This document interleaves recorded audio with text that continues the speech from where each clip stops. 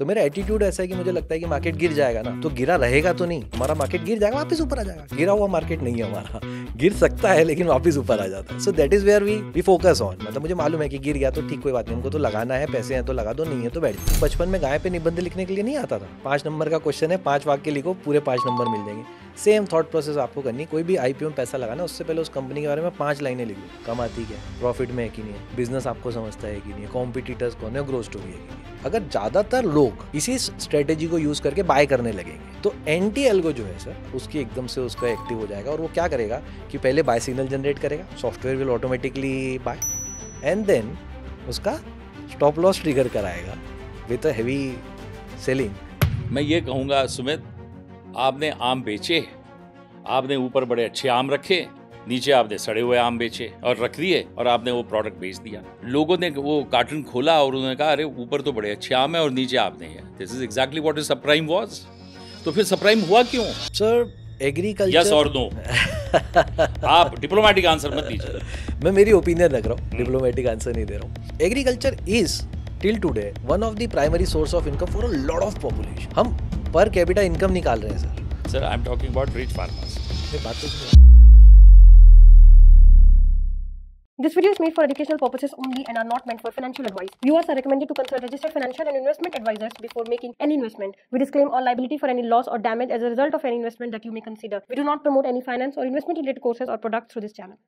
Welcome back again to Josh talk stock market. दोस्तों, आज second recording में मैं आज मिलने वाला हूँ एक बहुत dynamic sardar, a very young handsome sardar who comes from a very two tier city but beautiful city which was once, जहाँ पे उसके रूलर्स थे Ahilyabai Holkar.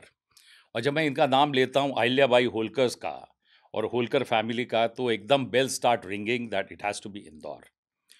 Beautiful city, the cleanest city in India, जिसने हमेशा हर साल ये अवार्ड लिया है कि वहाँ पे आपको कागज़ भी ऐसे गंदगी बिल्कुल मिलती नहीं है, एज क्लीन एज सिंगापुर। दोस्तों, आज मैं मिलवाने जा रहा हूँ आपको this handsome young turk sardar से, whose name is Sumit Mongia. Indore के विजयनगर पॉश रेजिडेंशियल एरिया में रहते हैं and he is a very bright chartered accountant, very knowledgeable person. और इनकी वाइफ भी चार्टर्ड अकाउंटेंट है प्रोफेशन से, और इनकी कंपनी है राइस एक्सीलेंस एकेडमी। अब चलिए मैं आपको इनसे मिलवाता हूँ। सुमित जी, आपका इस प्रोग्राम में स्वागत है। It's a pleasure meeting you. Sumit ji, सबसे पहले तो अपने बारे में बताइए। हम चार्टर्ड अकाउंटेंट, बट वो सिर्फ क्वालिफिकेशन है, वो काम नहीं है। काम क्या है? काम है ट्रेडिंग, काम है लोगों को अवेयर करना, काम है लोगों को स्टॉक मार्केट की इकोसिस्टम के अंदर लाना, और सबसे पैशनेट काम है research. So this is Sumit, and a person who's dedicated all my life to financial markets, stock market primarily, mutual funds, and then other financial instruments also. तो सीए आपने की जो परीक्षा फाइनल थी, आपने कौन से साल में इसको पास आउट किया? So I qualified in year 2005. तो फर्स्ट अटेम्प्ट रहता है, और चार्टर्ड अकाउंटेंट्स लोगों के लिए बड़ी बात रहती है ना कि फर्स्ट अटेम्प्ट में आपने पास किया है। तो I did my articles with Price Waterhouse Coopers Bombay, and it was very nice, good exposure in financial markets. और उसी के कारण मेरे को स्टॉक मार्केट में, फाइनेंशियल मार्केट्स में इतना इंटरेस्ट आया, और that is where I learned कि यार कैसे हमको मार्केट को देखना चाहिए और क्यों देखना चाहिए फर्स्ट प्लेस। तो फाइनेंशियल इंस्टीट्यूशंस जैसे हैं, एक्सिस बैंक है, आईसीआईसीआई है, एचडीएफसी है, तो वो तो कहते हैं कि फर्स्ट अटेम्प्ट अगर आप चार्टर्ड अकाउंटेंट है तो हमारे पास आइए, हमें ज्वाइन कीजिए and will give you a very fat salary. तो how is it that in fact आप ऐसी फाइनेंशियल इंस्टीट्यूशंस के साथ आप कैसे अट्रैक्टेड नहीं हुए? हम सब अट्रैक्टेड होते हैं, हम भी अट्रैक्टेड हुए थे, लेकिन नियम कुछ और है ज़िंदगी में, पाना कुछ और है। तो अभी तक जो हम बात कर रहे हैं, हम बात ये करें कि कैसे एक व्यक्ति इतनी बड़ी ऑर्गेनाइजेशन में जॉब कर सकता है, लेकिन हमने स्टोरी को उल्टा कर दिया सर। अब ये सारी ऑर्गेनाइजेशंस इस व्यक्ति के पास आके जुड़ गई हैं, हमने कहानी इतनी तेज़ी से बदली है। अब हमने करा ये है कि इनके यहाँ किसी के यहाँ नौकरी नहीं करी, सब क्या कर सकते थे, किसी के यहाँ नौकरी नहीं करी। Today we are associated with SEBI, we are associated with NISM, we are associated with NSC, BSC, and all big giants in the industry, and they pay us to conduct this information, to give this information to investors, सिखाने के लिए कि कैसे देखो भाई stock market को। तो कहाँ उनके यहाँ नौकरी करने जाना था और कहाँ उनके वेंडर बोल लीजिए, पार्टनर बोल लीजिए, बन के देश की सेवा कर रहे हैं। पर उसमें जैसे जो स्टूडेंट्स आपके पास आते हैं पढ़ने के लिए, तो आई सपोज एक आप अगर कोर्स कंडक्ट करते हैं तो you must be charging them the fees. So there are multiple structures. सबसे पहला सबसे सिंपल स्ट्रक्चर, सेबी, एनआईसी, ये सब चाहते हैं लोगों तक इन्फॉर्मेशन पहुंचे, अवेयरनेस पहुंचे, तो ये कॉस्ट बियर करते हैं। दे पे अस कि आप लोगों को जाके सिखाओ, तो इन्वेस्टर के लिए तो फ्री ऑफ कॉस्ट है, उसको तो रुपया भी नहीं खर्च करना। लेकिन एक दूसरा एंगल भी है इसको, जिसको प्रोफेशनली इसको टेकअप करना है, इसमें ही करियर बनाना है, आगे बढ़ते जाना है, हमारी तरह कुछ करना है, कोई इन्फ्लुएंसर बनना है, कोई रिसर्च एनालिस्ट बनना है, तो उसको तो टाइम ज़्यादा देना पड़ेगा, रिसोर्सेज ज़्यादा अलोकेट होंगे। तो उसको हम पेड कोर्सेज की तरफ लेके आते हैं कि भाई आप पूरा करो, 3 महीने का पढ़ो, 6 महीने का पढ़ो, ताकि आप एक एक चीज़ सीख सको, मतलब बेसिक सीख सको, टेक्निकल सीख सको, फंडामेंटल सीख सको, फ्यूचर्स एंड ऑप्शन सीख सको। तो जब तक वो पूरा एक्सपोजर नहीं लेगा, वो कैसे उसमें सक्सेसफुल होगा। एंड टू इंश्योर कि यार इन सभी से पैसे वाले लोगों के लिए फैसिलिटी ना हो, हमने ये भी इंश्योर किया है कि जो लोग अच्छा कर रहे हैं, अच्छा सीख रहे हैं, जज्बा दिखाते हैं, तो हमारे सारे कोर्सेज हर बैच में हम कम से कम 2 से 5 बच्चे ऐसे रखते हैं जिनको हम पैसे चार्ज ही नहीं करते, या बहुत ही नॉमिनल अमाउंट चार्ज करते हैं, just to get the commitment कि भाई तेरा कमिटमेंट है, तू हमारे साथ काम पूरा करेगा। So that is how we do. मतलब ये वैसे हो गया बिल्कुल कोटा में जो चर्निंग फैक्ट्री है, जी, जहाँ पे आईआईटी के सब बच्चे आते हैं, और हर माँ बाप की एक ड्रीम होती है कि मेरा बच्चा आईआईटी में जाए। हाँ हाँ तो वहाँ पे भी बिल्कुल ऐसे ही जैसे आपने बोला कि वहाँ पे वो आइडेंटिफाई कर लेते हैं हाँ जी कि कौन सा बच्चा आईआईटी में हिट करेगा। जी। तो उसकी फिर वो डिफरेंट क्लासेस रखते हैं, और जो बाकी के जो नॉर्मल बच्चे हैं उनकी अलग क्लासेस होती हैं। तो मेरे को ये बताइए कि मिसेस भी आपकी फर्स्ट अटेम्प्ट चार्टर्ड अकाउंटेंट है? तो ऐसा पॉडकास्ट पे बोलना और कंपेयर करना मैं ज़्यादा ठीक नहीं समझूंगा, क्योंकि a chartered accountant is a chartered accountant, first attempt और 10th attempt is not a Absolutely. Concern. So she is equally well qualified, she is doing almost a similar job. तो we are very very fortunate कि हमको दोनों को ये देश के लिए करने का मौका मिल रहा है। मतलब आप पैसे हर व्यक्ति कमा रहा है, everybody is earning their bread and butter, right? We are doing it with an intention कि आप what are you contributing to the society now? So not just earning money. So we conduct workshops, we conduct a lot of workshop for police personals, income tax departments. We go to BSF guys, उनके वहाँ पे जाकर और training देना और detail training देना, कोशिश करना है कि वो सीखे और उनको सच में इन्वेस्टमेंट करते आते हो, क्योंकि they are very tied up, the police personnels are very tied up, उनका स्केड्यूल कितना ज़्यादा टाइट है। तो we go to an extent that we reach their family, उनके फैमिली के लोगों को जाके हम सिखा रहे हैं कैसे आपको इन्वेस्टमेंट्स मैनेज करना है। तो हम डिस्कस करते हैं पुलिस वालों से, अपनी सेना वालों से, कि आपने एक मोर्चा संभाला हुआ है तो दूसरा मोर्चा किसी और को संभालने का मौका दिया जाए, आपकी बेटर आपको ये मौका संभालने का दिया जाए। सो वो रोल जो है वो मेरी वाइफ बहुत अच्छा कर रहे हैं, तो उसके लिए मैं मतलब मानता हूँ कि she is doing amazing job at what she is doing. तो ये बताइए कि जैसे अब ये जो मॉडल है जिसमें आप इनको पढ़ाते हैं, तो इसमें आप क्या-क्या कोर्सेज़ क्या कंडक्ट करते हैं? So the idea here is to give them basic understanding of how things work. मतलब म्यूचुअल फंड्स कैसे काम करेंगे, या अगर आपको आईपीओ में पैसा लगाना है तो क्या सोच के आप पैसा लगाएंगे, अगर आपको स्टार्ट करना है तो क्या क्या चीज़ें मिनिमम आपको ध्यान रखना चाहिए before you really invest your first penny. तो उस तरीके से हम उनको गाइड करते हैं कि यार कम से कम मिस्टेक्स जो हैं उनकी सबसे कम हो जाए और वो एक मार्केट में एंटर कर पाए। इसके इन इन प्रोग्राम्स के अलावा जो हमारा मेन जो हमारा प्रोग्राम है, जो हमारा फ्लैगशिप प्रोग्राम है, दैट गोज ऑन रिसर्च। तो मैं कई कई बार ये बात बोलता हूँ और आप चूंकि उसको अच्छे से समझते भी हैं, ये जो मार्केट है ना, इसमें बहुत तेजी से नंबर्स का ग्रोथ आया। Numbers in terms of not just market capitalization, not just turnover, but number of participants. तो बहुत सारे लोग एकदम से मार्केट में आ गए। क्या हमारा इंफ्रास्ट्रक्चर, क्या हमारी टेक्नोलॉजी, क्या हमारा सपोर्ट सिस्टम उसके लिए तैयार है? अगर एक 100 लोगों का खाने की तैयारी करी और 1000 लोग आ गए, तो खाने की शॉर्टेज जो आएगी उसका क्या करोगे? तो यहाँ पे हमारे साथ वो चैलेंज आ रहा है। हमको ये समझ में आ रहा है कि यार लोग आ तो गए, स्टॉक मार्केट में आना भी चाहते हैं, और बुल रैली है, बुल रैली तो सबको मज़ा भी आ रहा है। तो एक तरफ से मार्केट बढ़ता गया, लोग आते चले गए। अब जब मार्केट में कहीं भी करेक्शन आने की जगह लगती है, थोड़ा सा भी फॉल आता है, तो they are the first person to panic. उस समय उनको गाइडेंस देने वाले लोगों की कमी है। तो कौन दे सकता है? मैं दे सकता हूँ, I have limited resources. What we try to accomplish, जो मेरे को लगता है हमारे सेबी का विजन भी सेम है, कि they want to make a lot of research analyst in India. तो जैसे हर घर रिसर्चर, हम बोल सकते हैं कि हमारा मन में एक उद्देश्य है कि यार रिसर्चर बन जाए लोग।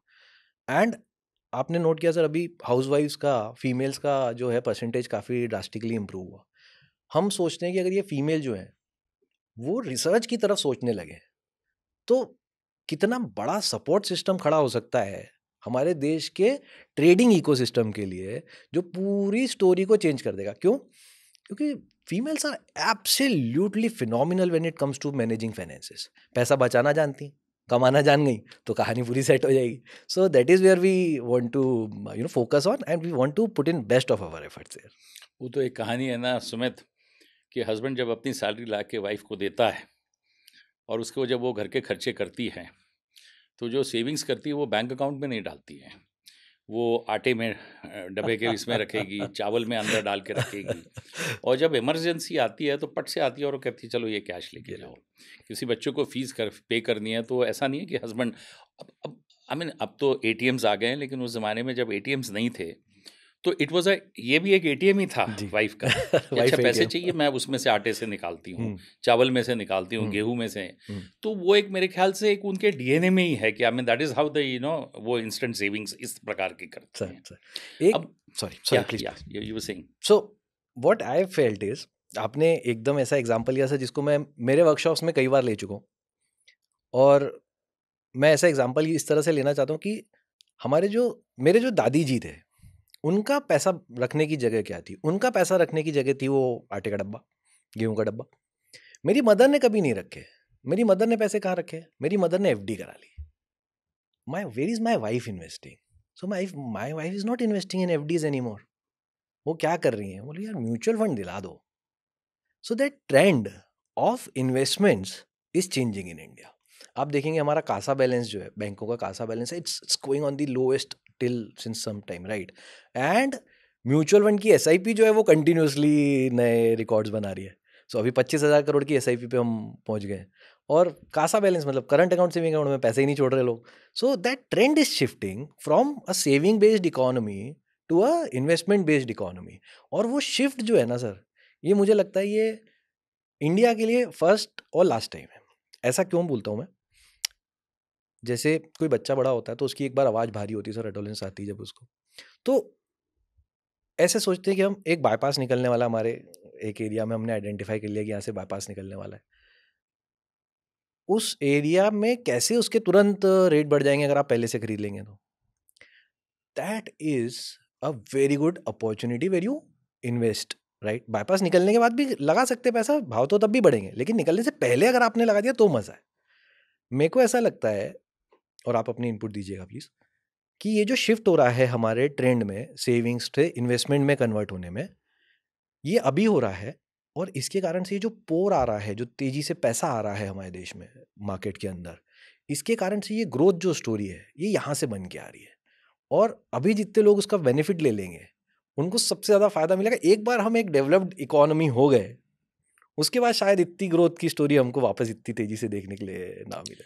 सुमित, मैं इसमें एक चीज़ और ऐड करना चाहूँगा जो आपने बोला, जैसे आपने कासा बोला तो दर्शक भी इसमें चाहेंगे कि बैंकिंग सिस्टम में मैं बताऊं कि बैंक्स जब फंक्शन करती हैं तो बेसिकली कासा के ही प्रिंसिपल के करती है, और कासा मीन्स कि what is the cost of acquisition of your fund. Okay, now what is the cost, क्योंकि हर चीज़ की कोई कॉस्ट है कि आपको क्या कॉस्ट पड़ती है। तो नॉर्मली आप भी मेरी बात से सहमत होंगे कि कोई भी पब्लिक सेक्टर बैंक हो, प्राइवेट बैंक हो, वो कहती है सबसे ज़्यादा उनको फिक्स डिपॉजिट्स नहीं चाहिए, क्योंकि उनको चाहिए करंट अकाउंट्स। करंट अकाउंट्स में जितना पैसा ज़्यादा आएगा, उनको पैसा किसी को इंटरेस्ट तो देना नहीं है करंट पे, सेविंग्स के ऊपर आपको नॉमिनल, थोड़ा सा हाँ। देना है। लेकिन अभी इतना कंपटीशन आ गया है कि कई कंपनीज ने काफ़ी बढ़ा दिया है, मतलब उसमें ये है कि वो थोड़ा सा करंट सेविंग्स अकाउंट में थोड़ा सा इंटरेस्ट ज़्यादा देती है। अब आप उसकी एवरेज लीजिए, क्योंकि आपके पास करंट अकाउंट है, सेविंग्स अकाउंट है और फिक्स डिपॉजिट है। तो करंट अकाउंट, सेविंग्स अकाउंट और फिक्स डिपॉजिट की कॉस्ट ऑफ एक्विजिशन आपको समझो अगर 6% आती है, 7% आती है, that is what is the cost which is costing the bank. इतनी कॉस्ट में हमने ये लिया है। मैं बताऊं आपको, बैंकिंग सिस्टम इतना बढ़िया है, कॉन्सेप्ट जो मैं समझता हूं कि समझिए अगर आपकी cost of acquisition of fund 6% है, आप दे रहे हैं 12%, 11% पे। यानी आप एक चीज समझ लीजिए कि money is only changing the hand. Bank के हाथ से ये पैसा कंज्यूमर के हाथ में जा रहा है, और वो कहता है कि मैं आपको 11% दूंगा, और बैंकों को they have to keep their cost under control, they have to expand in a very good way, keeping the cost under control, और आपके नॉन परफॉर्मिंग एसेट मतलब आपके लॉसेस सबसे कम होने चाहिए, रिकवरी बहुत बढ़िया होनी चाहिए, कोई आपकी इसमें डिफॉल्ट्स ना हो जी और मैं आपको बताऊं, आप मेरी बात से सहमत होंगे, सबसे बढ़िया बैंकिंग का मॉडल जी जो बनाया, वो बनाया द ग्रेट, उनको सैल्यूट करता हूं, दीपक पारेख को। बड़ी इंटरेस्टिंग स्टोरी, आप भी जानते हैं, एचडी पारेख ने जब ये कंपनी शुरू की तो ये मैनहट्टन में करते थे, तो उन्होंने कहा आ जाओ मैंने कंपनी शुरू की है। एचडीएफसी के हाउसिंग का जो लोन का जो मॉडल था, उसको देख के पब्लिक सेक्टर्स ने भी इस चीज़ को फॉलो किया, और पब्लिक सेक्टर्स के बोर्ड ने और चेयरमैन ने भी अंडरस्टैंड किया कि आदमी गाड़ी खरीद लेता है तो 10 में से एक आदमी 2 आदमी तो डिफॉल्ट कर जाते हैं, बाउंसर्स आते हैं और वो गाड़ी को लेके जाते हैं, बिल्कुल सही बात। और गाड़ी तो बिकी जाती है, प्राइस आपकी जो कॉस्ट है वो रिकवर हो जाती है। लेकिन सुमित, घर एक ऐसी चीज़ है जो इज्जत है इंसान की। आदमी जब घर का लोन लेता है तो उसकी पगड़ी सलामत होनी चाहिए, सही बात है। तो उसमें वो कभी डिफॉल्ट नहीं करता है। और ये जो मॉडल दीपक पारेख ने जो फॉलो किया, इसी मॉडल को बाकी के पब्लिक सेक्टर्स ने फॉलो किया, and it turned out to be a very beautiful model. Correct. अब मुझे ये बताइए कि एक तो हो गया आपका ये एजुकेशन मॉडल, उसके बाद फिर आप you're a chartered accountant by profession, you are very good by numbers, your wife is also very good at numbers, आप मार्केट को बहुत बढ़िया पॉजिटिव देख रहे हैं, इंडिया की सारी ग्रोथ स्टोरी बड़ी इंटैक्ट है, तो आपकी अपनी इन्वेस्टमेंट्स आप म्यूचुअल फंड में करते हैं कि आप इक्विटी मार्केट्स में करते हैं? So I am a hardcore equity guy. मेरे को इक्विटी पसंद है और ज़बरदस्त पसंद है। अगर इक्विटी के अलावा मैं कोई काम करूंगा तो मैं ऑप्शंस राइटिंग में बहुत दम लगाऊंगा, और ऑप्शंस राइटिंग में भी आई एम नॉट समबडी जिसको नेकेड ऑप्शंस राइटिंग करना पसंद है कि मैंने कुछ भी उठा के बेच दिया। I always make strategies and make sure that it gives you a passive income और regular income kind of structure. तो उस चीज़ पे मेरा बहुत इंटरेस्ट है। और my wife she on the contrary doesn't want to manage her funds. वो बोलती है कि भाई साहब 2% लेता है म्यूचुअल फंड, उसको दो।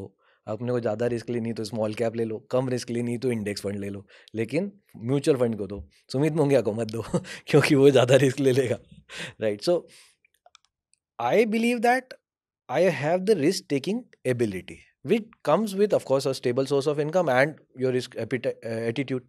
तो मेरा एटीट्यूड ऐसा है कि मुझे लगता है कि मार्केट गिर जाएगा ना, तो गिरा रहेगा तो नहीं, हमारा मार्केट गिर जाएगा वापस ऊपर आ जाएगा। गिरा हुआ मार्केट नहीं है हमारा, गिर सकता है लेकिन वापस ऊपर आ जाता है। So that is where we focus on. मतलब मुझे मालूम है कि गिर गया तो ठीक, कोई बात नहीं, हमको तो लगाना है, पैसे हैं तो लगा दो, नहीं है तो बैठ जाओ। That is a simple strategy which I would want to keep for my self for rest of my life. IPO में आप लगाते हैं पैसे, आईपीओज में मैं पैसे लगाता हूँ। तो उसमें आपका फेवरेट क्या है? आप मेन बोर्ड की कंपनीज में लगाते हैं कि एमएसएमईज में लगाते हैं? सो मैं personally I would always prefer main board IPOs. MSMEs में चूंकि factors at play are very huge, are more complicated than factors at play when it comes to a main board company. Reason being compliances. जो main board IPO है उसको सेबी के process से गुजरना पड़ेगा at all length. SME IPOs को stock exchanges के compliances से गुजरना पड़ेगा। तो दोनों के देखने का दृष्टिकोण अलग अलग है। सेबी इज अ रेगुलेटर, उनका हमेशा एकदम कड़क देखने का नजरिया है। So they would always want to be a little more specific, they would always want to disclose more things. तो मेरे को लगता है कि आपके पास जितना ज़्यादा अच्छा डिस्क्लोजर होगा उतना अच्छा आपके लिए डिसीजन मेकिंग होगा। मैं जब नए इन्वेस्टर से ये बात करता हूँ तो मैं जनरली उनको ये बोलता हूँ कि आईपीओ में पैसा लगाने से पहले आपको ऐसा मानना जैसे बचपन में गाय पे निबंध लिखने के लिए नहीं आता था, 5 नंबर का क्वेश्चन है, 5 वाक्य लिखो, पूरे 5 नंबर मिल जाएंगे। सेम थॉट प्रोसेस आपको करनी। कोई भी आईपीओ में पैसा लगाना उससे पहले उस कंपनी के बारे में 5 लाइनें लिख दो। कमाती क्या है, प्रॉफिट में है कि नहीं है, बिजनेस आपको समझता है कि नहीं है, कॉम्पिटिटर्स कौन है, ग्रोथ स्टोरी है कि नहीं है। अगर आपको ये 5 चीज़ें पता है तो you can easily invest in that company. तो focus on some factors, right about it. अगर आप वो कर पा रहे हो, IPO is a very good place. As on date people are investing a lot of money and because of that liquidity, because of that funds coming into picture, short term में भी बहुत अच्छी ग्रोथ स्टोरी मिल रही है लोगों को। लेकिन जैसे आपने कहा कि सेबी इज अ रेगुलेटर, मेरा ऐसा मानना है कि competition is the biggest regulator.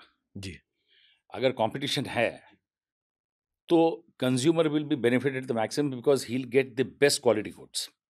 Competition नहीं होगा तो you will get the worst goods, you will get the lowest quality goods. और ये हमने हिस्ट्री में अपने अपने लाइफ टाइम में देखा है कि कंपटीशन नहीं थी। प्रीमियर ऑटोमोबाइल जैसी कंपनी फियाट गाड़ी बनाती थी या हिंदुस्तान मोटर्स की गाड़ियाँ बनती थी, and you will be surprise 10,000 गाड़ियों में कंपनीज की प्रॉफिटेबिलिटी होती थी। करेक्ट। तो अगर आप आज की डेट में इन नंबर्स को देखें तो कोई कंपनी अगर 10,000 गाड़ियाँ बनाती है तो उसकी कैसे प्रॉफिटेबिलिटी आ सकती है? जी, इकोनॉमीज ऑफ स्केल्स ही नहीं है नहीं आपको। है, करेक्ट। तो मैं समझता हूँ कि SEBI is really doing a good job, लेकिन कहीं ना कहीं पे आप मेरी बात से सहमत होंगे कि 7,000 कंपनीज जो लिस्टेड हैं BSE NSE में, all of them are not profitable. Correct. Majority of the companies are loss making companies. Okay. And you'll also agree with me, businesses are meant to go fat. ठीक है, that's part of the game. किसी businessman को ये नहीं पता होता है कि मेरा बिजनेस सक्सेसफुल होगा। Businesses are meant to go fat. Sir, and I'll share a real incident with you here. So we were on a public platform. There's a very good speaker, speaks very well about market. और वो बहुत अच्छा session बोल रहे थे और उन्होंने एक एग्जांपल दिया कि आपने 1994 में अगर इतने रुपए इस कंपनी में लगा दिए होते तो आज तक ये इतने करोड़ की हो गई होती। Infosys की जो बातें करते हैं और विप्रो जैसी कंपनीज की। Okay. Yes. अब audience is audience, they enjoyed it and this one guy in the audience, उसने हाथ खड़ा कर लिया, बोले सर मुझे कुछ पूछना है। अब दिस गाय सेड कि भाई पूछो। तो वो बोल रहा है कि सर वो 1994 में मेरे पास 10,000 रुपए नहीं थे, आज मेरे पास 10,000 रुपए हैं, बताओ कहाँ लगा दूं। अब who can answer? I can not answer for my own business, right? I can have an expectation, मेरी एक्सपेक्टेशन है यार यहाँ से 20 साल बाद क्या होगा, 10 साल बाद क्या होगा, 15 साल बाद क्या होगा। तो ये जो टेक्नोलॉजिकल इनोवेशंस आ रहे हैं, STD PCO एक समय पे क्या बिजनेस हुआ करता था, आज कौन पूछ रहा है? आने वाले समय में कौन सा बिजनेस वाइप आउट हो जाएगा हमें नहीं मालूम। So that is where the investor has to think. Investor को सोचना है कि क्या मुझे ये बिजनेस कंफर्टेबल है, अगर वो लॉन्ग टर्म इन्वेस्टर है तो। और आजकल सर लॉन्ग टर्म इन्वेस्टर से ज़्यादा शॉर्ट टर्म ट्रेडर है, उसको तो ये दिखता है कि मेरे को एग्जिट करना है क्विकली, प्राइस मोमेंटम का फायदा लेना है। So momentum guy don't need to focus a lot on the fundamentals, but एक इन्वेस्टर को तो फंडामेंटल्स देखना ही चाहिए। तो बिजनेस को पढ़े बगैर तो होना ही नहीं है। पर सुमित, जैसे आप कहते हैं कि इन्वेस्टर अगर इसको फंडामेंटल्स को चाहता है, मेरा एक अपना पर्सनल एक्सपीरियंस रहा कि एक यंग लड़की मेरे पास आई कॉलेज से ग्रेजुएशन करने के बाद, और उसने मुझे कहा कि राजेश मुझे स्टॉक मार्केट में बड़ा इंटरेस्ट है, तो मुझे इसके बेसिक फंडामेंटल्स समझने हैं। तो मैंने कहा ठीक है, अगर आप ये मान के चलते हैं कि इंडिया में 17 से 18 सेक्टर्स हैं, एविएशन है, कैपिटल गुड्स है, हेवी इंजीनियरिंग है, FMCG है, फार्मा है, तो ये सारी चीज़ें, तो मैंने कहा कि ऐसे ही मेटल्स में भी है, फेरस है, नॉन फेरस है, सीमेंट है। तो मैंने कहा चलिए आज सीमेंट से शुरू करते हैं। तो मैंने उसको बोला कि भाई प्राइमरी रूट है, सेकेंडरी रूट है। तो ऐसे करते करते फिर मैंने उसको कुछ कंपनीज़ के नाम बताए, FL स्मिथ की कंपनी के बारे में बताया, डीमिनरलाइजेशन टेक्नोलॉजी के बारे में बताया। तो मैंने कहा उसको डीमिनरलाइजेशन समझ नहीं आया। मैंने कहा यार आपको अगर मैं संतरा देता हूँ तो आप पूरा संतरा तो खा नहीं सकती, आपको वो पील करना पड़ेगा। तो मैंने कहा उसी तरह डीमिनरलाइजेशन भी मेटल्स में भी होता है संतरे की तरह, कि आपको सीमेंट बनाना है लाइमस्टोन में से, आप एल्युमिनियम बनाते हैं एल्यूमिना में से, जो उसका जो ये बॉक्साइट में से जो ओर है। तो उसी तरह आपको उसको संतरे को जैसे आप छीलते हो वैसे उसको छीलना, और उसमें से फिर आप मेटल्स बनाओगे। तो ऐसे करते करते सुमित कुछ मेरे ख्याल से 8-10 पन्ने भर दिए। तो वो कहती है सर यहीं पे आज का ये आखिरी दिन है, क्योंकि अगर आपने 10 पन्ने भर दिए तो अगर हम रामायण और महाभारत इस पूरे स्टॉक मार्केट के ऊपर लिखे तो पूरी नोटबुक फिलअप हो जाएगी। कहती है सर इतनी मेरी रिटेंशन पावर नहीं है, मुझे शॉर्ट टर्म गेन चाहिए, मुझे रातों रात में मुझे अमीर बनना है। इसके ऊपर आप अपनी टिप्पणी क्या करेंगे? सर मैं बहुत ही क्लियरली आपकी बात से अग्री करता हूँ, क्योंकि आपने जो बात बोली वो बहुत इजीली एक्सेप्टेबल है लोगों को, क्योंकि हमको इतना डिटेल में जानने की शायद ज़रूरत ही नहीं लगती कभी, कि हमको ऐसा लगता ही नहीं है कि यार मेरे को ये इतना डिटेल में आना चाहिए। और जब हम इतना डिटेल में नहीं जाते हैं किसी भी चीज़ में, और हम सोचते हैं कि यार हमें शॉर्ट टर्म कोई बेनिफिट मिल जाए कि हाँ यार मेरे को तुरंत कल आज पैसा लगाऊं कल सुबह पैसा मिल जाए, तो मुझे ऐसा लगता है कि वो व्यक्ति को थोड़ा सा एक छोटा सा चेंज करना चाहिए। Retention power absolutely true. आज जिस चीज़ को मैं आज जानता हूँ, आज से 24 साल पहले जब मैंने ट्रेडिंग करना शुरू करी थी तब नहीं जानता था, और मैंने कोई रातों रात जान भी नहीं लिया। हाँ, आपने अगर मेरे को वो 10 पन्ने लिखा दिए होते तो शायद मुझे याद भी ना होते, लेकिन over a period of time जब मैं उसको फिर खोल के देखता, फिर थोड़ा समझ में आता, फिर खोल के देखता, फिर थोड़ा समझ में आता, तो आज मैं उस जगह पे पहुंच पाया हूँ। So that consistency, that persistence, that जज्बा, दैट जिद, has to be there in that व्यक्ति कि नहीं मुझे तो करना ही है, क्योंकि सर काम तो कोई भी करा लो आसान नहीं है। कोई भी ऐसा काम हम बोल दें कि यार ये शुरू करने लग, मैं बोल रहा हूँ सर हमारे घर में सबके घरों में रोज रोटियां बन रही, अगर मैं बोलूँ कि मेरे को पहले दिन रोटी बनानी नहीं आ रही है और मैं इस कारण से छोड़ दूँ तो ये तो तरीका ही ठीक नहीं है। आएगी कैसे? You have to put in that time, that effort. वो तो मार्केट की भी रिक्वायरमेंट है। सुमित, एक्सचेंज तो बहुत सारे प्रोडक्ट्स बनाती है। अब फॉर एग्जांपल F&O, उसमें आपके पास वो नंबर ऑफ शेयर्स होते हैं और आप उसके बाद खरीदो और उसमें आपको मार्जिन मनी देना है, और मार्जिन मनी के बाद आपका वो जो टाइम जब लैप्स होता है तब आपको रोल ओवर करना है। रोल ओवर करने के बाद फिर आप उसको ये करते हैं। करेक्ट। अब उस दौरान जब ये साइकिल चेंज होती है, उसमें मार्केट गिरता है और बढ़ता है, और मेरा ऐसा मानना है मार्केट में forces will drive the market to go up and for the markets to go down, because every day the markets will not go up. Markets have to go down because of certain reasons, and you also want the markets to go down because you are giving an opportunity for new people to get into the market. Very true sir. अब यहाँ पे since आप लोगों को ज्ञान देते हैं, आप प्रमोट करेंगे ये प्रोडक्ट्स को कि आप डिलीवरी बेसिस के ऊपर आदमी को बोलेंगे जितने आपके पास पैसे हैं उतनी ही ये करो, यानी जितनी चादर है उतने पैर फैलाओ। आप अपनी कैपेसिटी से ज़्यादा आप वो शेयर्स नहीं खरीद सकते, क्योंकि आप वो प्रोडक्ट है ऐसा, आपके पास है इतने लिमिटेड मनी और अब रोल ओवर कर रहे हो, तो आप उसको वो प्रोडक्ट खरीदने के लिए कहोगे कि आप कहोगे जितनी चादर है उसके हिसाब से डिलीवरी बेसिस के ऊपर इतने पैसे, तो ये लो, रात की नींद बढ़िया लो। आप क्या प्रमोट करोगे? मैं ऑनेस्टली जवाब दूं सर इसका, हम दोनों के लिए आंसर अलग अलग है। हर व्यक्ति जो इस जवाब को सुन रहा है उसके लिए आंसर अलग अलग है। कैसे अलग है? मेरे पास लाख रुपए हैं, मुझे लगता है अडानी पोर्ट्स 900 रुपये पे है, 2400 रुपये जाएगा। अब मैं अडानी पोर्ट्स 900 रुपये पे खरीदूं और 2400 रुपये तक बना रहूं लाख रुपए लेके, तो मेरे को मालूम है कि यार I will make some money, I will make 2 times of my money, let's say 2.5 times of my money. जिसके पास है ही 10,000 रुपये, वो ये सोच रहा है कि यार मैं अगर खरीद भी लूंगा और मैं रुकूंगा भी तो मेरे को 10,000 रुपये मिलेंगे। उसको उस 10,000 रुपये पे रिस्क ज्यादा लेने की इच्छा है, he is accepting that risk. तो कम पैसा होना, yes it is important to measure what money you have, but it's equally important what attitude you have. तो अगर उसको इच्छा है कि नहीं यार मेरे को ये रिस्क लेना है, which is also good idea, it's not a bad idea. अगर मेरे को 2 दिन के लिए मेरे को मालूम है कि यार 900 से 920 जाएगा, तो मैं 10,000 रुपये की बड़ा लॉट खरीद लेता हूँ, छोटा पैसा देके मैं बड़ा सौदा बुक करा लेता हूँ, तो मेरे को इसमें फ़ायदा मिल जाएगा। मैं सिर्फ हमारी बात कर रहा हूँ, मैं ऐसे लोगों को जानता हूँ जो कई समय से निफ्टी का फ्यूचर खरीद रखा और रोल ओवर करते हैं। वो बोलते हैं भाई मेरे को एक बात बताओ, 10% की मार्जिन पे तुम्हें 100% का एक्सपोजर मिल रहा है, Nifty is a compounding asset, हर साल 12% की ग्रोथ से बढ़ रही है, तो मैंने तो लगाया 10%, 12% की ग्रोथ मुझे टोटल कॉन्ट्रैक्ट वैल्यू पे मिल रही, क्या बुरा है? So depending upon what your understanding is towards the market, what your outlook is towards the market, product सबके लिए सारे अच्छे हैं, लेकिन मेरे को कौन सा चाहिए? मतलब खाने में सेब फल भी अच्छा है सर, मैंगो भी अच्छा है, मेरे को कौन सा खाना है? सो डिपेंडिंग ऑन दैट इंसान को अपना स्टाइल चेंज करना चाहिए। स्टार्टर्स के लिए सबसे अच्छी बात है start with equity market. Equity market में सर रिस्क जो है ना वो कम है। क्यों कम है? कंपनी अगर ग्रो करती रहेगी तो आपका व्यापार, आपका पैसा इवेंचुअली बढ़ जाएगा। तो प्रॉब्ली एक बार आपको डिप देखना पड़ सकता है, लेकिन अगर आप बने रहे तो it with time you will be able to make money. F&O में ऐसा नहीं है, क्योंकि पैनिक क्रिएट कर देता है। अगर आपका छोटा पैसा और एकदम से गायब होता है तो बहुत जल्दी घबरा जाता है इंसान। तो इमोशंस जो है ना सर, वो बहुत ज़्यादा इंपॉर्टेंट है इस गेम में, कि आपका इमोशन क्या बोला है। एक कॉमन टर्मिनोलॉजी है सर, ग्रीड और फियर हमारे मार्केट की।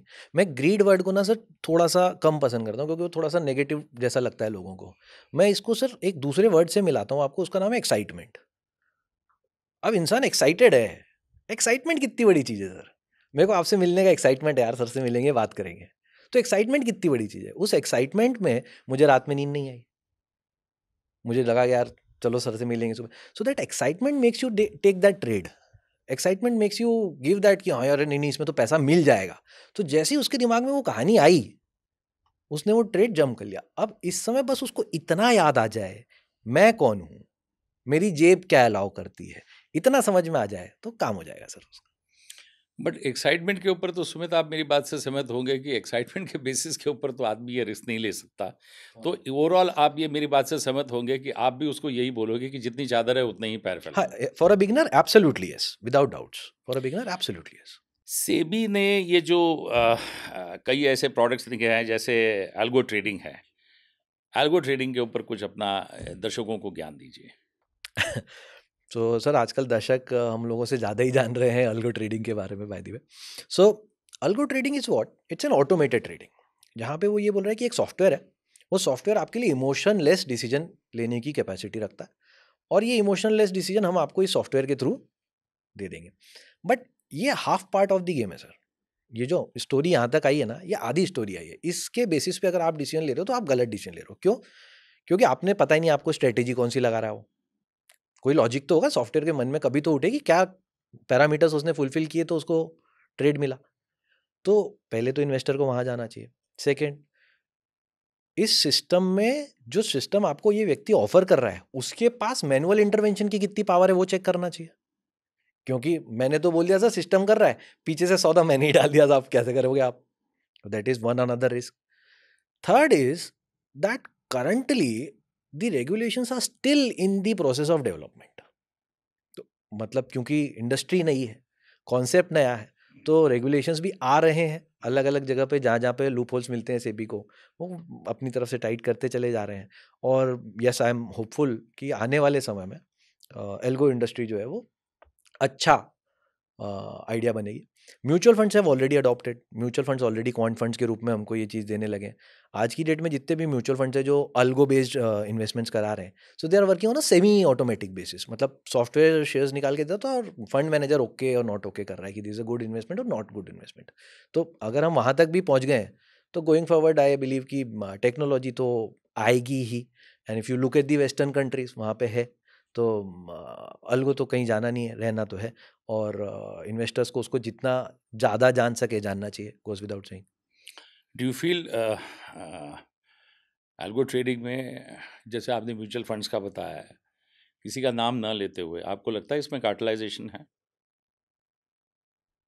सर इसको मैं एक दूसरे तरीके से फ्रेम करता हूँ। जहाँ एल्गो बनते हैं ना सर, वहाँ एंटी एल्गो भी बनते हैं सर। अगर ज़्यादातर ट्रेड्स सपोज करते हैं 2 मूविंग एवरेजेस के क्रॉसओवर के साथ एंटर होते हैं। हम एक एग्जांपल ले लेते हैं कि एक 15 दिन का एवरेज है और एक 30 दिन का एवरेज है, दोनों के मूविंग एवरेज के क्रॉसओवर पे बाय सिग्नल आता है और उस बाय सिग्नल के साथ सॉफ्टवेयर जो है एंट्री कर लेता है। अगर ज़्यादातर लोग इसी स्ट्रेटेजी को यूज़ करके बाय करने लगेंगे तो एंटी एल्गो जो है सर, वो इसका उसकी एकदम से उसका एक्टिव हो जाएगा और वो क्या करेगा कि पहले बाय सिग्नल जनरेट करेगा, software will automatically buy, and then उसका स्टॉप लॉस ट्रिगर कराएगा with a heavy selling, and it is not something which is not happening in western countries, तो it is something which is happening in western countries। तो India में ऐसा क्यों नहीं होगा का एकदम कोई स्ट्रॉन्ग कारण आज नहीं है हमारे पास, तो इनिशियल फेज में तो होगा, हमें मान के चलना चाहिए इस बारे में। जैसे आप ये कह रहे हैं कि इसका एंटी भी है, तो फिर सबप्राइम हुआ क्यों? And why did the Lehman Brothers जैसे ने जो सबप्राइम किया, मैं ये कहूँगा सुमित, आपने आम बेचे, आपने ऊपर बड़े अच्छे आम रखे, नीचे आपने सड़े हुए आम बेचे और रख दिए और आपने वो प्रोडक्ट बेच दिया। लोगों ने वो कार्टन खोला और उन्होंने कहा अरे ऊपर तो बड़े अच्छे आम है और नीचे आपने है। This is exactly what is subprime was. तो फिर सबप्राइम हुआ क्यों? तो सबसे पहले तो let's look at the market, not just stock market, let's look at every aspect of our lives. So there are good people with good intentions but make mistake, and there are bad people who want to make sure that सामने वाले की weakness से I earn money. तो क्या stock market में दूसरे type के लोग नहीं हैं? क्या स्टॉक मार्केट में ऐसे लोग नहीं हैं जो बदमाशी करना चाहते हो? तो ऐसा कहना कितना आसान होगा सर। हर दिन SEBI is penalising somebody every day, they are coming up with an order कि यार इसने गलत किया, इसको इतनी पेनल्टी लगा रहे हैं, इसने गलत किया, इसको इतनी पेनल्टी लगा रहे हैं। तो गलत हो तो रहा है, राइट, और उसको रोकने के लिए हम भरसक प्रयास भी कर रहे हैं। बट टू से कि यार everything is wrong wouldn't be fair sir. मतलब उसके लिए सबसे अच्छी बात ये कि अच्छे लोग हैं, गलतियां उनसे भी होती हैं, उनको उस नज़रिए से देखा जाना चाहिए। That's about it. How do you look at the markets up because Modi 3.0 में, how are you looking at the stock market particularly? Political जो एंगल है, पॉलिटिकल जो रूल है, it's extremely important for growth, और stability in the government is the one idea जिसको हमें हर हालत में ध्यान रखना चाहिए। बिकॉज एक बिजनेसमैन है, उसको लगता है कि यार मेरे को एक जैसी पॉलिसीज मिले, एक इन्वेस्टर है उसको लगता है मुझे एक जैसी पॉलिसी मिले। तो जो कंसिस्टेंसी बनी हुई है वो कंसिस्टेंसी बहुत इंपॉर्टेंट है। और एक फोर्सिएबल फ्यूचर तक अगर हमको उसका कॉन्फिडेंस रहता है कि यार दिस आर दी रूल्स जिसके साथ मुझे काम करना है, whatever they may be, you might not find them good today, you might find them good today, but that is not important. Important is कि एक कंसिस्टेंसी बनी हुई है जी, इस तरीके से हमको काम करना है, और जब तक वो कंसिस्टेंसी बनी हुई है वो हमेशा बेनिफिट में काम करेगी। सो ये बात मैं सर स्टॉक मार्केट के साथ भी लिंक करके देखता हूँ। कोई व्यक्ति बोलता है भाई मैं तो जब खरीदता हूँ लॉस हो जाता है, जब खरीदता हूँ लॉस हो जाता है, तो मैं उसको बोलता हूँ बहुत अच्छा बंदा है भाई, तुझसे अच्छा इंडिकेटर ही धरती पे पैदा नहीं हुआ, तो जब भी खरीदे मुझे पहला फ़ोन कर देना, तो मैं बेच दूंगा कोई तो पैसे कमाए। बट जोक्स अपार्ट, काम की बात क्या है, अगर आपके साथ ऐसा हो रहा है कि आप जब भी खरीद रहे हो लॉस हो रहा है, जब भी खरीद रहे हो लॉस हो रहा है, तो आप उस बार खरीदने के बजाय बेच के देख लो ना। एक सिंपल सा लॉजिक है कि यार तब आपको रिजल्ट दूसरा मिल रहा है कि नहीं मिल रहा है। So consistency whether in profits और in losses, whether in trading और in politics, is the key to success. Equity markets तो खैर आपका पहला प्रेफरेंस है, but apart from equity markets फिर जो अदर जो लुक्रेटिव मार्केट्स हैं, of course second is the real estate and third would be the yellow colour metal which is gold. तो रियल स्टेट तो ठीक है, मैं समझता हूँ कि मेरा ऐसा मानना है कि सुमित, जब तक इंडिया की पॉपुलेशन है, वर्ल्ड ओवर में 8 बिलियन की पॉपुलेशन है, सबको लैंड चाहिए, सबको घर बनाना है, सबको अपना आशिया बनाना है, तो land prices of course will always be high. Gold की अगर मैं बात करूं तो how far do you believe in gold investment?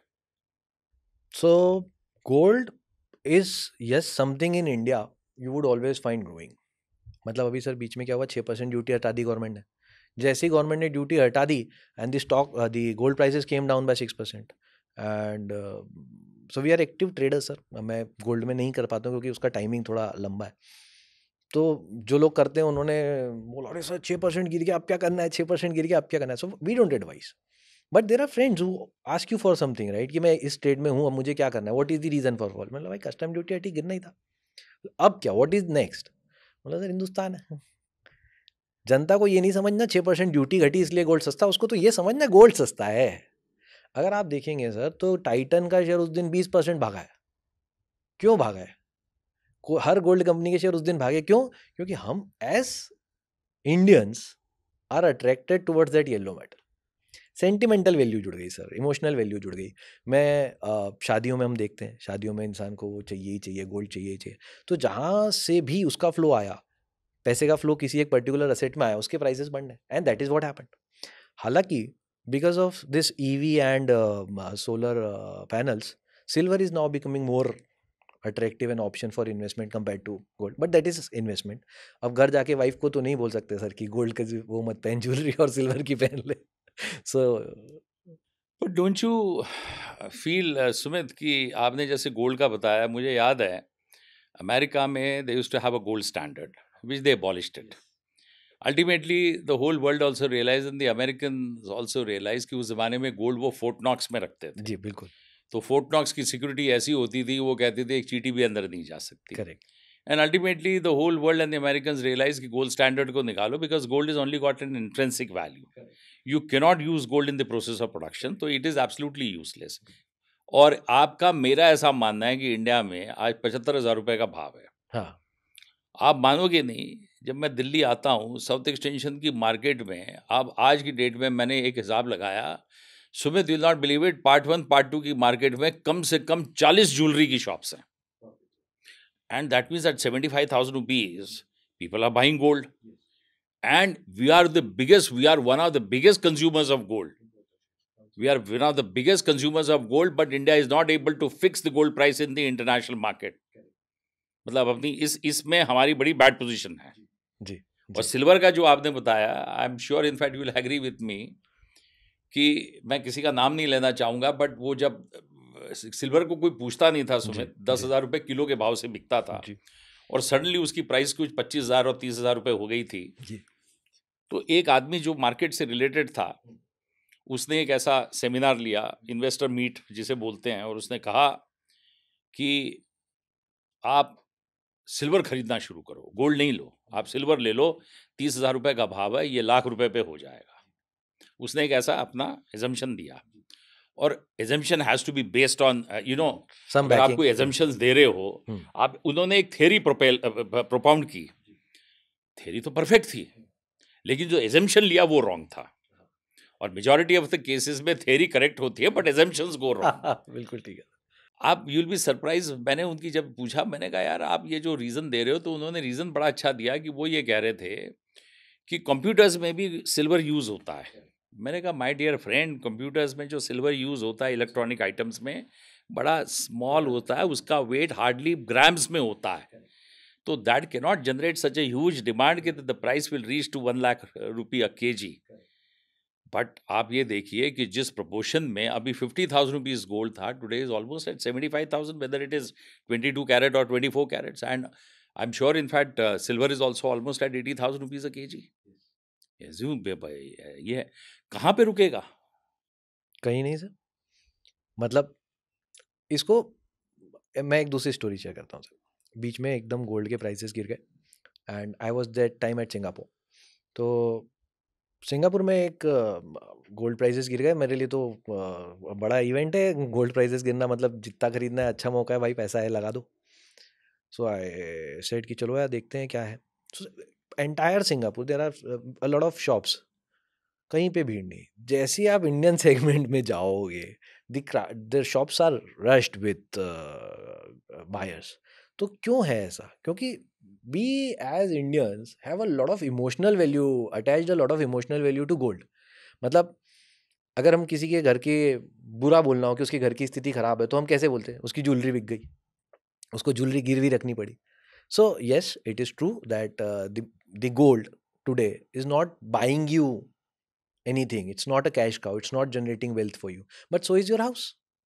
मेरा घर जो मैंने खरीदा हुआ है, वो मेरे को बेस्ट क्या दे रहा है? रेंटल वैल्यू ही तो बचा रहा है मेरा, वो एक्सपेंस ही तो बचा रहा है, इससे ज़्यादा तो कुछ नहीं है। बट उसकी इमोशनल वैल्यू कितनी ज़्यादा है, उस इमोशनल वैल्यू का क्या करेंगे? और जिस भी चीज़ में सर इंसान इमोशन जुड़ गया, उसके बाद तो उसने देखना बंद ही कर दिया आगे की कहानी। अगर मेरा बेटा है, वो मुझसे 1 लाख रुपए की एक चीज़ मांग रहा है, मेरी जेब में नहीं है 1 लाख रुपए, लेकिन उसकी आंखों में आंसू है, क्या करूँगा? बोलूँगा ठीक है भाई, करते हैं यार, समझते क्या करना है। So who as a parent has not done it for their kids? अपने हिसाब से बेस्ट एजुकेशन दिलाने जाते हैं, क्यों जाते हैं? इमोशनल वैल्यू, मेरा सेंटिमेंट इतना बड़ा। तो gold has that emotional value for Indians. तो that is why I believe that for a foreseeable future इसका भाव कहीं नहीं जाना। Second is you are giving me good loan on that.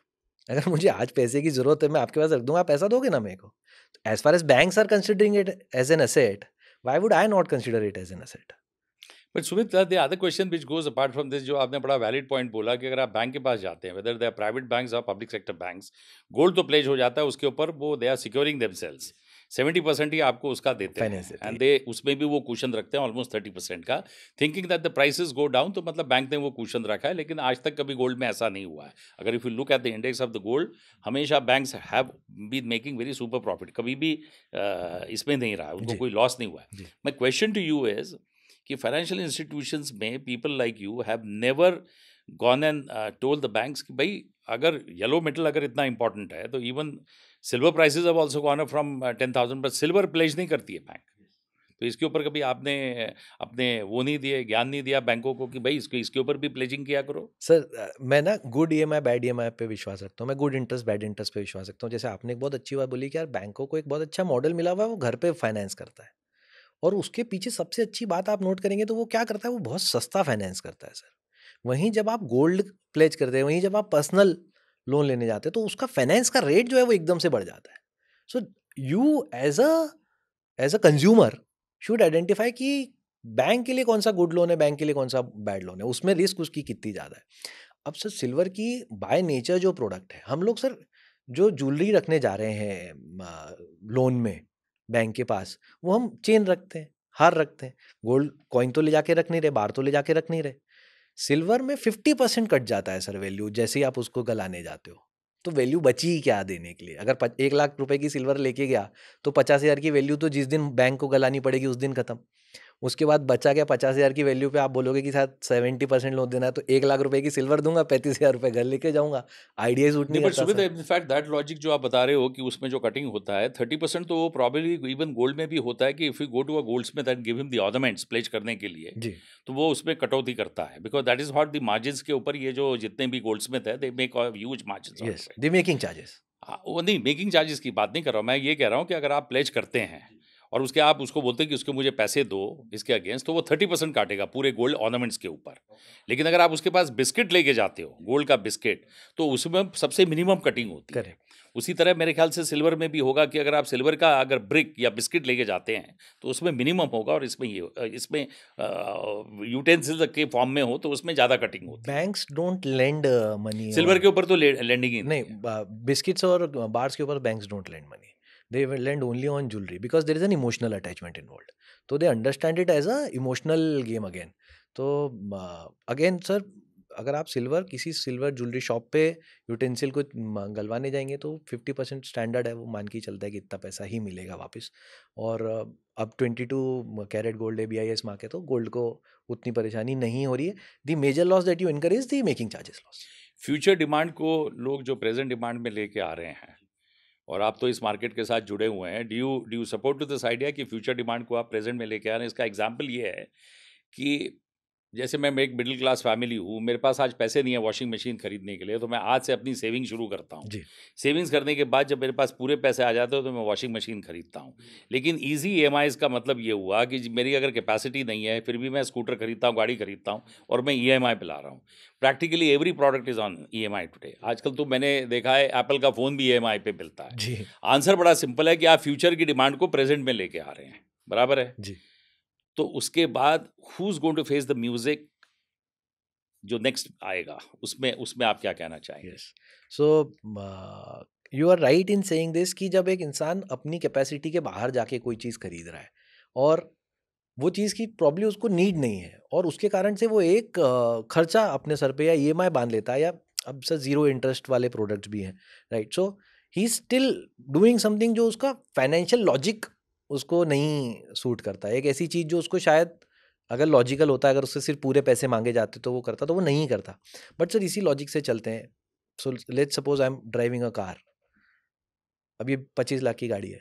25 lakh की गाड़ी पे अगर बैंक लोन नहीं देगा तो आपकी दिल्ली की आधी सड़कें खाली पड़ी होंगी बॉस, क्योंकि क्षमता ही नहीं है, पूरा पैसा ही नहीं है, और वो गाड़ी का industry will come down. Tell me if I am wrong. तो loan is also part of the game, it is part of the whole ecosystem.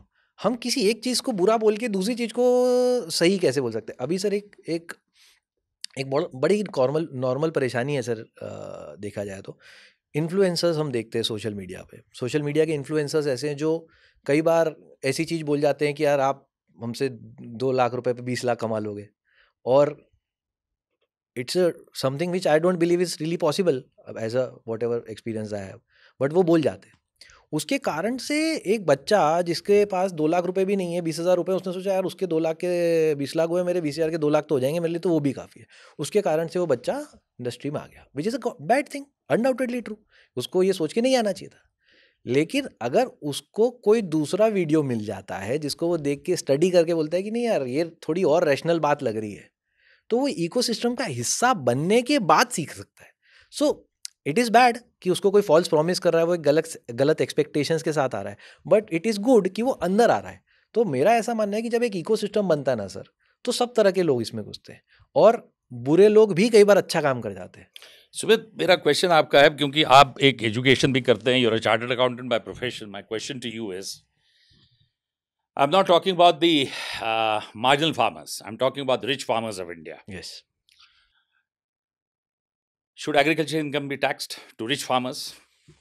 Straight forward question, और इसका मैं रिलेट करता हूँ फार्म बिल के साथ जो मोदी 2.0 में लाना चाहते थे। फार्म बिल अगर आप देखें, 85% of India's farmers were in favour of the farm bill, okay, but they did not come on the streets because there was violence. तो उन्होंने कहा हम क्यों इसमें इन्वॉल्व हो। But when the figures, and these are the government figures, when government figures says 85% of the farmers were in favour of the farm bill, okay. तो आप ये मेरी बात से सहमत है कि एग्रीकल्चर इनकम को रिच फार्मर्स को टैक्स कर दिया जाए, जो एग्जम्प्ट किया जाता है? सर एग्रीकल्चर यस और नो, आप डिप्लोमेटिक आंसर मत दीजिए। मैं मेरी ओपिनियन रख रहा हूँ, हम्म। डिप्लोमेटिक आंसर नहीं दे रहा हूँ। Agriculture is till today one of the primary source of income for a lot of population.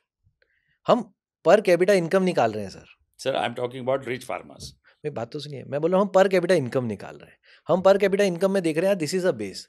अब एग्रीकल्चर इनकम में जो अगर आप एक नॉर्मल व्यक्ति से बात करेंगे, एक नॉर्मल खेती करने वाले व्यक्ति से बात करेंगे, तो उसकी इनकम प्रॉब्ली उतनी नहीं है। But when you start saying that this is a rich farmer and this is not a rich farmer, that is like distinguishing two people based on their income which they can easily change.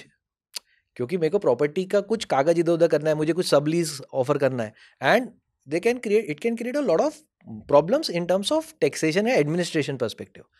अभी जो हमारी सरकार सोचती है, हमारी सरकार सोचती है सिंप्लीफिकेशन का। How do you simplify taxes, how do you simplify filing returns? तो increasing a tax on agriculture, probably government might get something in their pockets, but एक आम किसान के दिल में अगर एक बार भी आ गया कि मैं ज़्यादा कमा लूंगा तो मेरे को टैक्स भरना पड़ जाएगा या मेरी टोटल इनकम के ऊपर टैक्स भरना पड़ जाएगा, तो सर ये तो बहुत बड़ा लॉस हो जाएगा हमारे देश के लिए। तो उसको तो हमें सेफ रखना ही है at all cost. This is what I feel. आपकी अपनी एग्रीकल्चर लैंड है जिसके ऊपर आप अपना वो पैसा बैलेंस आउट करते हैं being a chartered accountant. So I wish कि ऐसी कोई 50-100 एकड़ जमीन ले ली होती बापूजी ने या दादाजी ने, but no, that's not the case right now. Being a chartered accountant, let's talk about GST and then we get on to the last question कि GST में जो आपकी 5 स्लैब्स है, 0, 8, 12 और इसमें रेवेन्यू न्यूट्रलिटी की भी हम बात नहीं करते हैं, आपको लगता है 28% की स्लैब रखनी चाहिए? रखनी चाहिए, undoubtedly correct. And yes, a person, when a person is able to spend 1 lakh rupee, 2 lakh rupee on a phone, why is he not capable to pay another 28,000 rupees? तो अगर आपके पास इतनी ताकत है तो आप करो ना उसको, कोई गलत बात नहीं है। आप सजेस्ट करते हैं कि स्लैब्स को इसको 5 स्लैब्स से 3 स्लैब्स में करना चाहिए कि let's have the 5 slabs itself? So what I feel, why is the slab required at first place? ताकि हम ग्रुपिंग कर सके अपनी कमोडिटीज को। या this is an essential commodity, this should not be taxed, and this is something which is luxury, और इसके ऊपर तो टैक्स लगना ही चाहिए। सर गवर्नमेंट को फंक्शन करना है, पैसा कहाँ से आएगा? अगर मुझे सच में फंक्शन करना है, मुझे सच में ग्रोथ स्टोरी बनना है, अगर मुझे सच में विश्व गुरु बनना है, तो पैसा कहाँ से आएगा? पैसा तो चाहिए सर। कब तक कैपिटल डेफिसिट में काम करेंगे? So if a person who is capable to buy 1 lakh रुपए का phone, he should also be capable to pay 28,000 rupees. आज आप जो स्टूडियो में आए, बड़ा सरल सवाल दीजिएगा, कौन सी महंगी गाड़ी आप लेके आए? मैं थैंकफुली मैं I don't drive a lot of expensive vehicles, but yes I am driving something which is 25-30 lakh car range, so not very expensive vehicles I drive. Okay, so tell me something. In fact, we are running short of time. I mean, how are you looking at the markets and particularly the India's growth story? मतलब आप क्या देख रहे हैं कि can we अभी today GDP is at 7%. Can we really achieve the target of 9%? क्योंकि जब हमने ओपन किया जी, तो देयर वाज अ टाइम जब हमने ओपन किया, we were a controlled economy, and when we opened up we touch to 9%, but it was only for a short time. उसका एक एग्जांपल बड़ा अच्छा देता हूं मैं कि आपने एक टैंक में पानी रखा, आपने उसमें होल किया, होल करते वो जो पहला पानी जो गिरेगा वो लॉन्ग डिस्टेंस पे गिरता है जी, जी, और उसके बाद जैसे जैसे उसका लेवल कम होते जाता है फिर वो कम होते जाता है। तो today in fact we are the largest growing, biggest fastest growing economy at 7%. What are the factors you are looking at कि 9%, 9.5% की अगर हमें ग्रोथ करनी है तो what has to be targeted? सबसे पहले तो sir there is a difference between जिस डेटा को हम कंपेयर कर रहे हैं, दोनों डेटा को, 9% on a smaller number and 6% on a 100 times bigger number is a very different game. तो जब हम 91 की बात करें, जहां हमने पहली बार उसको ओपन किया, and comparing it with 2024, the size itself has changed a lot. So absolute comparison between percentage, I don't think that's fair. But yes, how do we grow? तो मैं मानता हूँ सर MSME एक सबसे अच्छा तरीका जो हमारी सरकार ने चुना है। 200 करोड़ से नीचे का कोई भी ऑर्डर हम बड़ी कंपनी को देंगे ही नहीं, देंगे छोटी कंपनियों को, MSME को। अब इससे बढ़िया प्लेटफॉर्म किसी मैन्युफैक्चरर के लिए क्या होगा? उसको पता भाई मुझे मेरे बराबर के लोगों से कॉम्पीट करना है, मुझे उससे लड़ने नहीं जाना जिसके पास मेरे से 10 गुना ज़्यादा पैसा है। So that is something which I believe can be a good driving force to our country.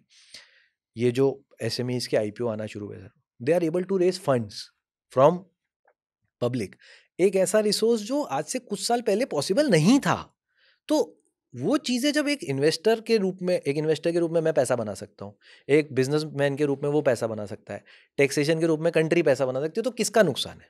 So yes, MSME is that place जहाँ पे मुझे लगता है कि 9% is something which we can target, कि हाँ यार ये कर सकते हैं हम लोग अगर भिड़ के करेंगे तो। तो कब तक आपको लगता है कि we can by what year will be able to achieve a growth rate of 9%?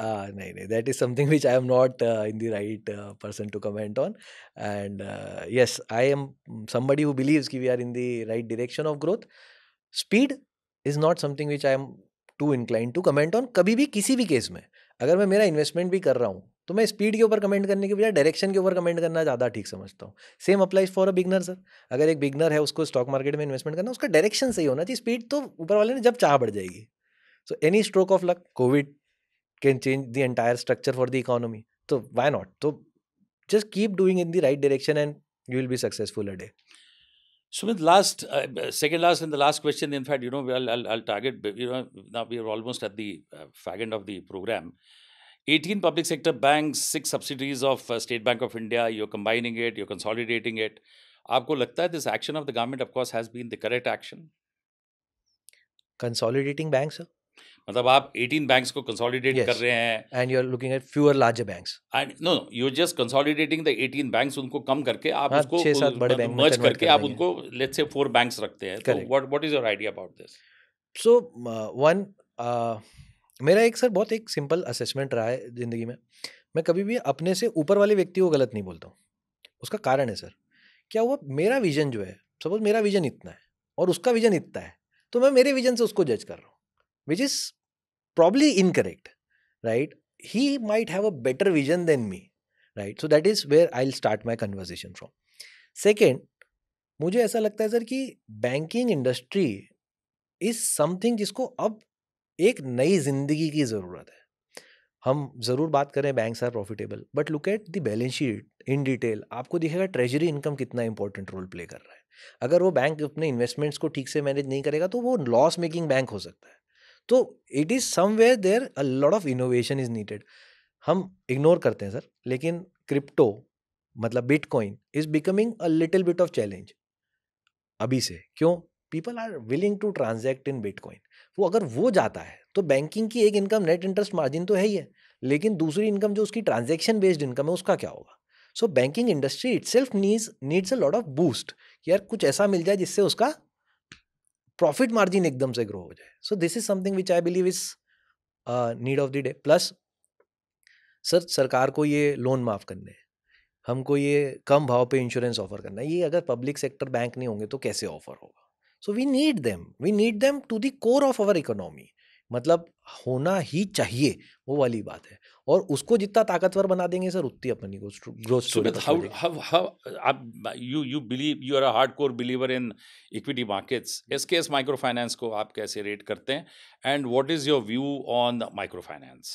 So SKS Microfinance, I am not really sure how do I comment on it, but microfinance, I am sure that it's something which is need of the hour.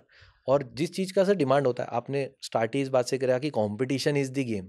अगर उस product का demand नहीं होता ना sir, तो वो product ही नहीं होता। तो वो प्रोडक्ट इसीलिए है क्योंकि लोगों को उसकी ज़रूरत है, और जिस चीज़ की ज़रूरत है उसकी सप्लाई तो आनी ही है सर। अगर फॉर्मल सेक्टर से नहीं आएगी तो इनफॉर्मल सेक्टर से आएगी, इनफॉर्मल सेक्टर से आएगी तो लोग ज़्यादा परेशान होंगे। So that is where the role of regulator comes in, कि यार रजिस्टर्ड काम करवाना है, अनरजिस्टर्ड काम नहीं करवाना है। So I am very happy that it is being considered for a lot of regulations and all the entities are coming under this scope. जब आप P2P lending हो गया या ये mobile based app based lending हो गया, so everything is coming under this scope, which is a very good idea for a consumer. On a closing note, आप young Turks जो मार्केट में आते हैं, स्टॉक मार्केट में एक assumption होता है, क्योंकि जब फिल्में देखते हैं तो उनको लगता है कि अरे वो बिल्कुल इतना बड़ा आदमी बन गया। Correct. तो यंग टर्क्स को बेसिकली स्टॉक मार्केट में जो आ रहे हैं, जो अपना पैसा लगा रहे हैं, इन्वेस्टमेंट करते हैं, उनके लिए आप क्या उनको लास्ट एक अपनी प्रिंसिपल नोट पे आप क्या इसको कंक्लूड करना चाहते हैं? सर स्टॉक मार्केट क्या ना सर, एक दुर्भाग्य बोल लीजिए। इंसान जब भी बात करेगा एक्सट्रीम की बात करेगा। एक व्यक्ति था उसने 1 लाख से 1 करोड़ बना लिया, एक व्यक्ति था उसके 1 करोड़ के जीरो हो गए, बीच की बात कोई नहीं करेगा। भाई वो 18% रिटर्न कमा रहा है, वो 25% रिटर्न महीना कमा रहा है। सर इतनी बड़ी बड़ी ऑर्गेनाइजेशंस है, मतलब टाटा स्टील जैसी ऑर्गेनाइजेशन है, मोटर्स जैसी ऑर्गेनाइजेशन है, JSW स्टील जैसी ऑर्गेनाइजेशन है, 20% ROC पे काम कर रहे हैं कि यार मेरे को कैपिटल में 20% रिटर्न मिल गया साल का तो मैं खुश हूँ। But Sumit, in fact before we close, before we say good bye, आपने जैसे टाटा स्टील का ये लिया, I think the biggest acquisition what Ratan Tata did, आपने देखा टाटा मोटर्स में उन्होंने जो एक्विजिशन किया, that turned out to be something like a gold mine for them. Yes, Tetley was a gold mine for acquisition in Tata consumers, अब उनका नाम किया है। आई थिंक जितने भी उनके एक्विजिशंस उन्होंने किए सब turned out to be very profitable. Correct sir. What I would like to know and what the spectator जो प्रोग्राम को देख रहे हैं, Chorus was absolutely a bad acquisition on the part of Tata's. Okay. Can you comment something on this? Your views on it? I've not been really following it, so I'm not in the position to comment. But मैं sir I'm a firm believer of this idea that whenever you try something, there are only two options. It can go right or it can go wrong. What Tata ji ने अपने शब्दों में कहा that I don't believe in making right decisions. I believe in taking the decisions and making it right. So that is something I believe is the core idea for any person, and that is the ideology one should adopt when investing, when trading, when living a life. तो क्यों मौका छोड़ना है? Sumit, on the concluding note, मतलब the legendary figure of India has been Jamshedji Tata, JRD Tata, and then of course has been Ratan Tata. आप भी इतना पैसा मार्केट में बनाते हैं, you're a big time guy in the stock market. Will you like to be like Ratan Tata? Who wouldn't? ऐसा कौन है जिसको रतन टाटा बनने का मन ना हो सर? नहीं, मैं फाइनेंशियली नहीं बात कर रहा हूँ, Not- मैं उनकी चैरिटीज के पॉइंट ऑफ व्यू से बात कर रहा हूँ। Sir, as a person, not just charities, not just revenues. As a person, think of a person. Sir जब इंडिया पे मुंबई में अटैक हुआ, उसके बाद we went to Taj hotels at Goa. Taj hotels at Goa, उसका जो शेफ है, बिकॉज उनके शेफ का बेटा उस मुंबई अटैक में मारा गया था। ताज गोवा का सिक्योरिटी आप देखेंगे ना, इट्स अमेजिंगली हाई। सर ये तो चलो सारी स्टोरीज हो गई। Sumit, how much of the income, आप जैसे वो कहते हैं 60% of the income in fact it used to go into charity. My straight down question and then we conclude this program, आपकी इनकम में से कितना परसेंटेज आप चैरिटी में करते हैं? 10%। Thank you. Thank you sir, thank you.